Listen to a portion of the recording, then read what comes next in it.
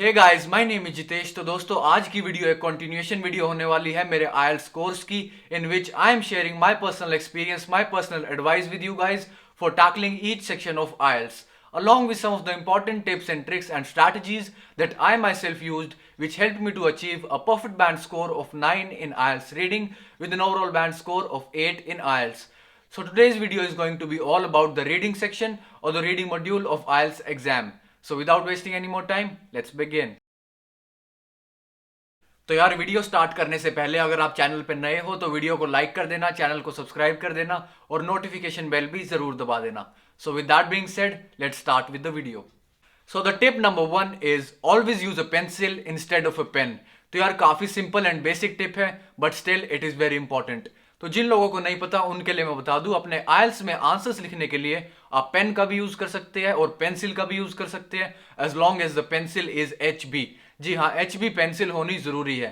तो यार, ऑब्वियस सी बात है, अपने आंसर्स लिखते टाइम आपकी कोई स्पेलिंग मिस्टेक या स्पेलिंग एरर हो सकती है, जिसको अगर आप पेंसिल से लिख रहे हो तो आप उसको इजीली करेक्ट कर पाओगे सिंपली इरेजर से रब करके, and which would not be possible अगर आप एक पेन का यूज करते हो। तो the tip number 2 is always read the questions first. तो यार, ये वाली मिस्टेक काफी सारे स्टूडेंट्स करते हैं। वो क्वेश्चन पेपर मिलते ही सबसे पहले पैसेज को पढ़ना स्टार्ट कर देते हैं, फिर पूरी पैसेज पढ़ने के बाद क्वेश्चंस को रीड करते हैं, जिससे होता क्या है कि उन क्वेश्चंस का आंसर फाइंड करने के लिए उनको वही सेम पैसेज एक बार और रीड करनी पड़ती है। क्योंकि यार, इतना इंटेलिजेंट तो कोई नहीं होता कि एक बार पूरी पैसेज पढ़ते ही उसको सब याद हो जाए, सब उसके माइंड में फिक्स हो जाए कि पैसेज में क्या क्या लिखा था, जिसकी वजह से अल्टीमेटली उनका बहुत ज्यादा टाइम वेस्ट हो जाता है, उनका डबल टाइम लग जाता है, क्योंकि उनको वही सेम पैसेज 2 बार रीड करनी पड़ती है। तो दोस्तों, इसी रीजन की वजह से आई वुड रिकमेंड कि आप क्वेश्चन पेपर मिलते ही सबसे पहले जो पैसेज के सारे क्वेश्चंस है उनको रीड कर लीजिए, उसके बाद पैसेज को पढ़ना स्टार्ट करें। इससे होगा क्या कि आपको पैसेज पढ़ते ही पता लग जाएगा कि फर्स्ट क्वेश्चन का आंसर यहाँ है, सेकंड का इस लाइन में है, थर्ड का इस लाइन में है, and so on, which would ultimately save you a lot of time, which is very important in IELTS, especially in IELTS reading section. So moving on to the tip number 3, always read the instructions very carefully.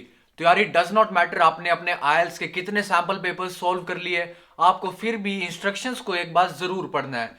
क्योंकि यार, IELTS reading में कई ऐसे questions होते हैं जिनमें instructions में mention किया जाता है कि answer with no more than 3 words या फिर answer with no more than 2 words. तो लेट्स अज्यूम कि आपके क्वेश्चन पेपर में answer with no more than 2 words वाले क्वेश्चंस आए हुए हैं। अब उनमें से किसी एक क्वेश्चन का आंसर आपने पैसेज में से ढूंढा, let's assume shirt made of silk. तो यार, शर्ट मेड ऑफ सिल्क तो 4 वर्ड्स हो गए और आपको अपने आंसर में 2 वर्ड्स लिखने हैं। तो अगर आप इंस्ट्रक्शंस को नहीं पढ़ोगे तो आप क्या करोगे, सिंपली पैसेज में से पूरा उठा के 4 के 4 वर्ड्स आंसर में लिख दोगे, जो कि गलत माना जाएगा, उसके आपको मार्क्स नहीं मिलेंगे।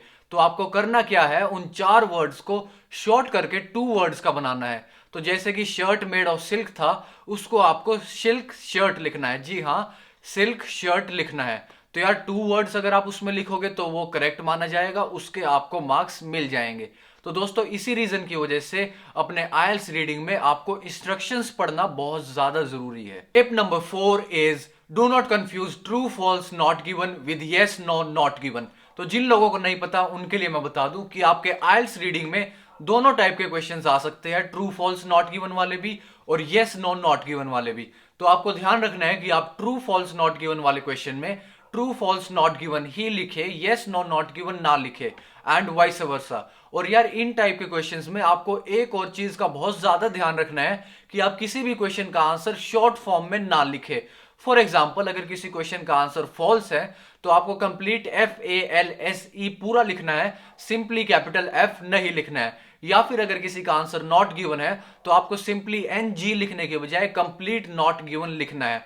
अगर आपने शॉर्ट फॉर्म में आंसर लिख दिया तो वो इनकरेक्ट माना जाएगा, उसके आपको मार्क्स नहीं प्रोवाइड किए जाएंगे। Tip number 5 is mark and move on. तो दोस्तों, मान लीजिए कि आपके क्वेश्चन पेपर के बीच में कोई एक क्वेश्चन बहुत ज्यादा डिफिकल्ट या बहुत ज्यादा टफ आ जाता है। उसका आंसर फाइंड करने के लिए आपने एक बार ट्राई किया, 2 बार ट्राई किया, फिर भी आपको उसका आंसर नहीं मिला। तो आपको क्या करना है, सिंपली उस क्वेश्चन पे मार्क लगा के नेक्स्ट क्वेश्चन की तरफ मूव ऑन कर जाना है। उस क्वेश्चन पे ज्यादा टाइम नहीं लगाना है, क्योंकि यार, सारे क्वेश्चंस की वेटेज सेम है। Every question has a weightage of 1 mark. तो इसलिए अगर आप उसी क्वेश्चन पे ज्यादा टाइम लगा देते हो तो आपके जो आगे के सिंपल क्वेश्चंस भी है वो भी मिस हो जाएंगे। और अगर मान लो आपका लास्ट में कुछ टाइम बच जाता है सारे क्वेश्चंस करने के बाद, तो आप उस टाइम में उस मार्क्ड क्वेश्चन का आंसर फाइंड कर सकते हो। The tip number 6 is be careful about tenses and singular Plurals. तो दोस्तों अपने आइल्स रीडिंग में आंसर्स लिखने से पहले आपको टेंसेज का बहुत ज्यादा ध्यान रखना है। लेट्स अज्यूम कि आपका कोई क्वेश्चन पास्ट टेंस में चल रहा है और उस क्वेश्चन का जो आंसर पैसेज में लिखा हुआ है वो प्रेजेंट टेंस में है। तो अगर आप सिंपली पैसेज में से सेम टू सेम उसको उठा के आंसर में लिख दोगे तो वो गलत माना जाएगा, वो आपका क्वेश्चन इनकरेक्ट हो जाएगा, उसके आपको मार्क्स नहीं मिलेंगे। आपको करना क्या है, उसको पैसेज में जो प्रेजेंट टेंस में है उसको प्रेजेंट से पास्ट टेंस में कन्वर्ट करना है और फिर उसको आपको आंसर में लिखना है, तब वो आपका आंसर करेक्ट माना जाएगा, उसके आपको मार्क्स मिल जाएंगे। और यार आपको सिंगुलर एंड प्लूरल्स का भी काफी ज्यादा ध्यान रखना है। लेट्स अज्यूम कि आपके किसी क्वेश्चन का आंसर है पेंसिल्स, और अगर आप पेंसिल्स लिखने की बजाय सिंपली पेंसिल लिख दोगे तो वो आपका आंसर इनकरेक्ट हो जाएगा, उसके भी आपको मार्क्स नहीं मिलेंगे। The tip number 7 is allocate time to all the passages. तो यार ये वाली चीज काफी सारे स्टूडेंट्स गलत करते हैं। जिन लोगों को नहीं पता उनके लिए मैं बता दूं कि आइल्स रीडिंग में 3 पैसेजेस आती है और उन 3 पैसेजेस को सॉल्व करने के लिए आपको 60 मिनट्स का टाइम प्रोवाइड किया जाता है। तो ज्यादातर स्टूडेंट्स क्या करते हैं, तीनों पैसेजेस को 20 मिनट्स का टाइम एलोकेट कर देते हैं, जो कि बिल्कुल गलत है। क्योंकि यार जो फर्स्ट पैसेज है वो सबसे इजी होती है, the second one is intermediate and the third one is the most difficult. तो आपको करना क्या है, फर्स्ट पैसेज को 15 मिनट्स का टाइम एलोकेट करना है, सेकंड वाली को 20 मिनट्स का और थर्ड वाली को 25 मिनट्स का। और आपको ध्यान रखना है कि जैसे ही फर्स्ट 15 मिनट्स कंप्लीट हो जाए आपको उसी टाइम फर्स्ट पैसेज को छोड़ के सेकंड वन की तरफ मूव ऑन कर जाना है, भले ही आपकी फर्स्ट पैसेज कंप्लीट हुई हो या ना हुई हो। So last but not the least, the tip number 8 is correct your spelling mistakes. तो दोस्तों आपको अपने लास्ट के 5 मिनट्स में सारे आंसर्स को एक बार रिवाइज करना है। सारे आंसर्स को रिवाइज करने के साथ साथ हर एक आंसर की एक एक करके स्पेलिंग्स भी चेक करते रहनी है। अगर मान लो किसी आंसर में स्पेलिंग मिस्टेक हो, स्पेलिंग एरर हो, तो आपको उन्हीं 5 मिनट्स में उस स्पेलिंग एरर को या स्पेलिंग मिस्टेक को भी करेक्ट कर लेना है। So that was it for today guys. I hope you like the video and if you did, please make sure to give it a thumbs up and don't forget to subscribe the channel.